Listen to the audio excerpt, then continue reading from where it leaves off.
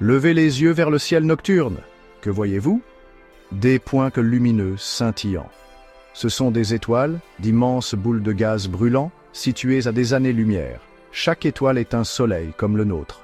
Certaines étoiles sont plus grandes que notre soleil, d'autres sont plus petites, mais elles brillent toutes intensément, illuminant l'univers. Les étoiles ne sont pas dispersées au hasard, elles forment des groupes appelés galaxies. Notre Soleil appartient à une galaxie appelée la Voie lactée. Il y a des milliards d'étoiles dans notre galaxie seulement, et il y a des milliards de galaxies dans l'univers. L'étude des étoiles nous aide à comprendre notre place dans le cosmos. Les étoiles sont les briques élémentaires des galaxies. Elles créent les éléments qui composent tout ce qui nous entoure. Alors, comment naissent les étoiles? Comment vivent-elles et meurent-elles? Embarquez pour un voyage à travers le cycle de vie d'une étoile. Préparez-vous à être émerveillé par les merveilles de l'univers. Les étoiles naissent dans d'immenses nuages de gaz et de poussière. Ces nuages sont appelés nébuleuses. Les nébuleuses sont comme des pouponnières cosmiques où se forment les bébés étoiles. Elles sont gigantesques, s'étendant sur des années-lumière à travers l'espace. Le gaz et la poussière dans les nébuleuses ne sont pas répartis uniformément. Certaines zones sont plus denses que d'autres. La gravité attire le gaz et la poussière ensemble dans ces régions denses. Au fur et à mesure que la matière s'accumule, la région devient plus dense et plus chaude. Ce processus peut prendre des millions d'années. C'est une danse lente et régulière de la gravité. Lentement mais sûrement, un noyau dense commence à se former au sein du nuage qui s'effondre. Ce noyau deviendra éventuellement une étoile. Mais d'abord, il doit passer par quelques étapes supplémentaires. Il doit se réchauffer, tourner plus vite et devenir beaucoup plus dense. Ce n'est qu'alors qu'il pourra s'allumer et devenir une véritable étoile. Au fur et à mesure que le nuage de gaz et de poussière s'effondre, il commence à se réchauffer. Les particules entrent en collision plus fréquemment, générant de la chaleur. Le noyau du nuage qui s'effondre devient plus chaud et plus dense. Ce noyau chaud et dense est appelé une protoétoile. Ce n'est pas encore une étoile, mais ça y est presque. La protoétoile continue d'attirer du gaz et de la poussière du nuage environnant. Elle grandit et devient plus chaude pendant des millions d'années. En tournant, la protoétoile s'aplatit en un disque. Ce disque est appelé un disque protoplanétaire. Des planètes peuvent éventuellement se former à partir de la matière de ce disque. Notre propre système solaire s'est formé à partir d'un disque protoplanétaire il y a des milliards d'années. Le stade de protoétoile est une phase critique dans la vie d'une étoile. C'est le moment où l'étoile accumule la masse dont elle a besoin pour briller. Plus elle accumule de masse, plus elle deviendra chaude et brillante. La protoétoile continue de devenir plus chaude et plus dense. Finalement, la température et la pression dans le noyau atteignent un point critique. C'est à ce moment que la fusion nucléaire commence. La fusion nucléaire est le processus qui alimente les étoiles. Dans le noyau, les atomes d'hydrogène fusionnent pour former de l'hélium. Ce processus libère d'énormes quantités d'énergie. Cette énergie se propage vers l'extérieur du noyau, faisant briller l'étoile. La protoétoile est maintenant une étoile. Elle est entrée dans ce qu'on appelle la séquence principale. Notre Soleil est une étoile de la séquence principale. Il fusionne de l'hydrogène en hélium depuis environ 4,6 milliards d'années. Les étoiles passent la majeure partie de leur vie dans la séquence principale. C'est l'étape la plus longue et la plus stable de la vie d'une étoile. Pendant cette étape, la pression extérieure de la fusion nucléaire équilibre l'attraction gravitationnelle vers l'intérieur.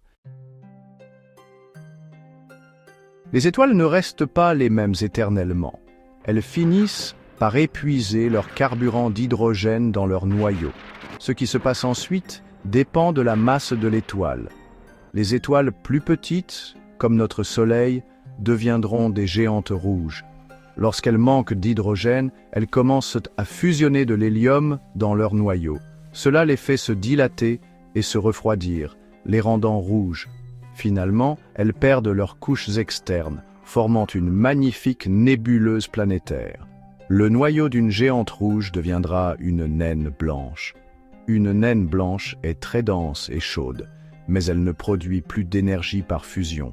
Elle se refroidit lentement pendant des milliards d'années.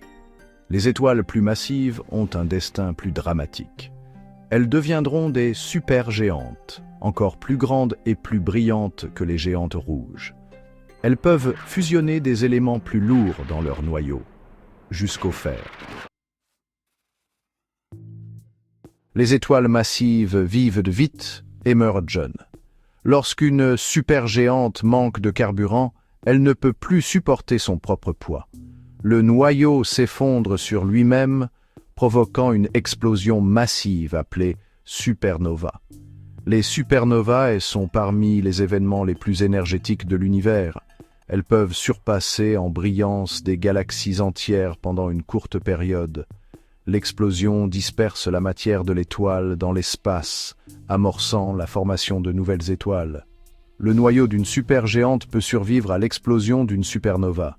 Si le noyau est suffisamment massif, il s'effondrera davantage, formant une étoile à neutrons. Les étoiles à neutrons sont incroyablement denses. Une cuillère à café de matière d'étoile à neutrons pèserait des milliards de tonnes. Certaines étoiles à neutrons tournent rapidement et émettent des faisceaux de rayonnement. Ce sont les pulsars. Les pulsars sont comme des phares cosmiques, projetant leurs faisceaux à travers l'espace. Toutes les étoiles ne terminent pas leur vie par une explosion. Les naines blanches, les vestiges d'étoiles plus petites, ont un destin plus paisible. Elles se refroidissent lentement pendant des milliards d'années, rayonnant leur chaleur. Au fur et à mesure qu'une naine blanche se refroidit, sa luminosité diminue. Finalement, elle deviendra une naine noire. Les naines noires sont des objets hypothétiques, car l'univers n'est pas assez vieux pour que des naines blanches se soient complètement refroidies. On pense que les naines noires sont incroyablement faibles et difficiles à détecter. Elles représentent le stade final du cycle de vie d'une étoile de faible masse. Elles dériveront dans l'espace, longtemps après que leur lumière se soit éteinte. Et la mort d'une étoile n'est pas la fin, c'est un nouveau commencement. La matière dispersée par les supernovas et les nébuleuses planétaires enrichit le milieu interstellaire. Cette matière peut éventuellement former de nouvelles étoiles et planètes. Les éléments lourds forgés dans le noyau des étoiles sont essentiels à la vie. Le carbone, l'oxygène, l'azote et tous les autres éléments plus lourds que l'hélium ont été créés dans les étoiles. Lorsque vous regardez les étoiles, vous regardez les éléments constitutifs de l'univers. Le fer dans votre sang, le calcium dans vos os, l'or dans vos bijoux, tous ces éléments ont été forgés autrefois au cœur des étoiles. Les étoiles sont plus que de simples points lumineux scintillants. Elles sont les éléments constitutifs fondamentaux de l'univers. Elles dirigent l'évolution des galaxies, créent les éléments nécessaires à la vie et façonnent la structure du cosmos. En étudiant les étoiles, nous apprenons l'histoire de l'univers, sa composition et son destin ultime. Les étoiles sont des moteurs cosmiques alimentant l'univers et conduisant son évolution. La prochaine fois que vous regarderez le ciel nocturne, souvenez-vous de l'incroyable cycle de vie des étoiles, de leur naissance dans les pouponnières stellaires à leur mort explosive. Les étoiles jouent un rôle vital dans la formation de l'univers que nous connaissons et aimons.